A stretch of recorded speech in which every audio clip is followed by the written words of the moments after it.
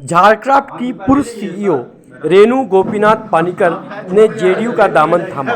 Party के प्रदेश अध्यक्ष सह राज्यसभा सांसद खीरू महतो ने पानिकर को पार्टी में शामिल कराया। मौके पर प्रदेश अध्यक्ष ने कहा कि रेणु गोपीनाथ पानिकर के पार्टी में शामिल होने से पार्टी और भी मजबूत होगी, खासकर प्रदेश की महिला संगठन मजबूत होगी।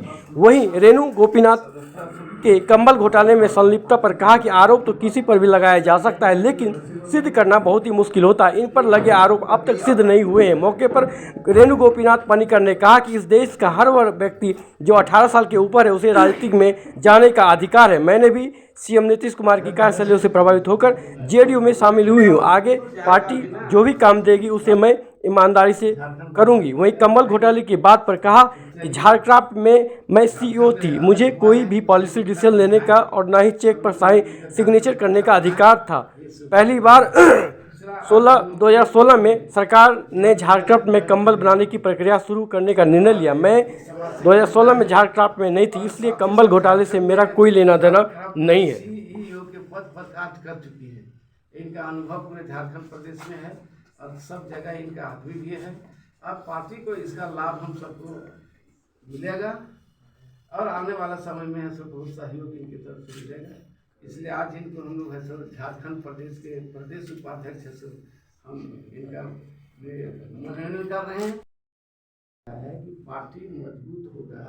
इनकी कार्यशैली से पूरे झारखंड में संगठन पहले से बना ही इनके रहते हुए वो सब आज भी इनके साथ है। सब जुड़ने के लिए भी तैयार है। पार्टी में आज से काम करना शुरू कर देगी और पूरा झारखंड के दौरा करेगी और महिलाओं को भी सशक्त करेगी, जोड़ेगी। और साथ साथ सब पार्टी में युवा जो इनके साथ जुड़ा हुआ पहले से वो लोग भी सब जुड़ेंगे। उन्हें पूरा लाभ है सो जनता दल यूनाइटेड को मिलेगा। इसे लेकर राष्ट्रीय अध्यक्ष से लेकर सब लोगों ने कहा कि इनसे सब बात हुई है। हमसे कहा गया कि आप जांच करिए और इनको आप रखिए। अगर पार्टी में रखने लायक है तो हमने पूरा इनका बैकग्राउंड पता किया सब जगह कि उनको जोड़ने से पार्टी बढ़ेगी। पूरे झारखंड में पता करने के बाद हम इनको आज है सब जब बैकग्राउंड देखे चचा तो यह भी देखो कुछ दाग भी लगा था इन पर।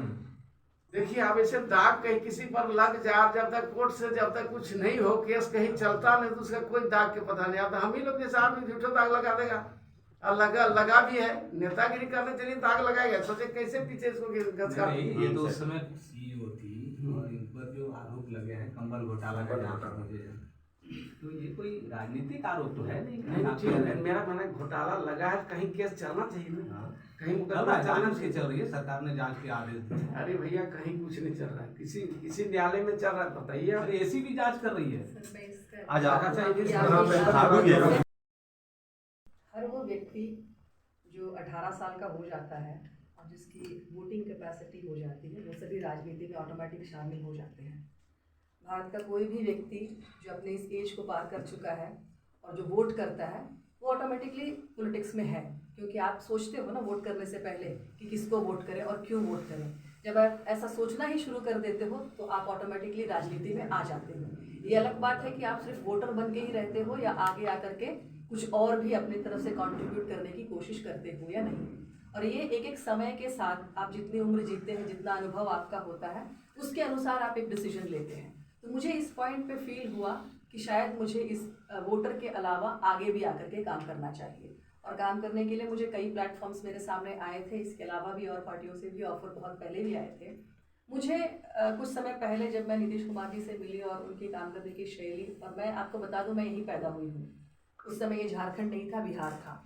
तो बिहार के बारे में सभी लोग जानते हैं, एक नेगेटिव फीलिंग थी हमेशा। इट्स अ बैक है ना, एक बैकवर्ड स्टेट है करके हमेशा से एक फीलिंग थी।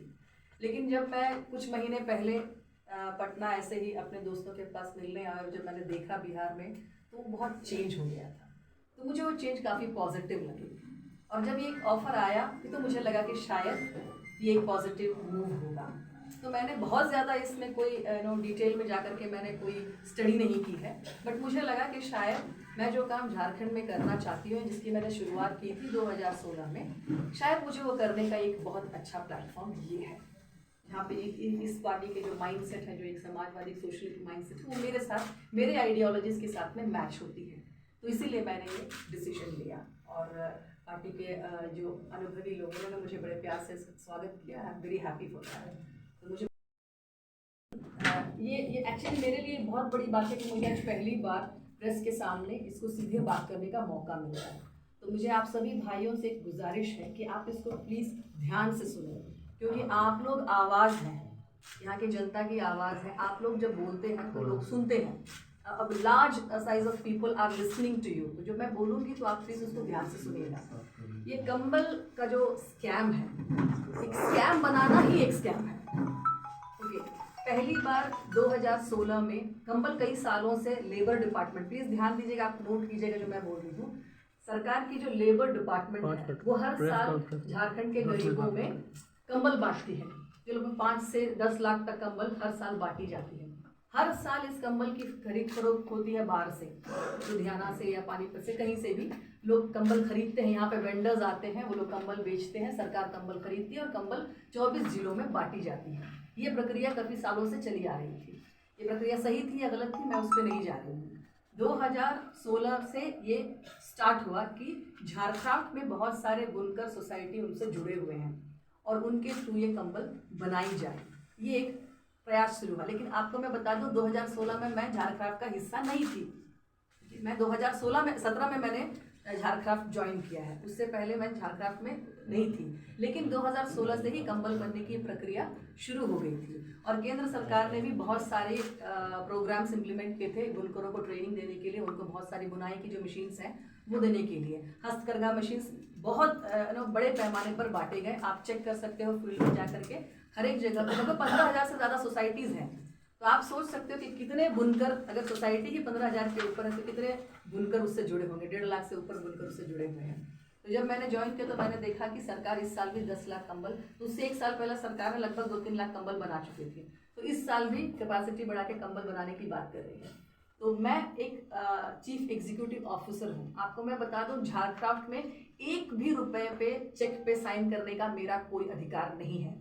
ये पहले आप लोग नोट कर ले। जो आप लोग घोटाला और आरोप कहते हैं ना, मैं 1 रुपए पे भी साइन नहीं कर सकती। I am only an executor.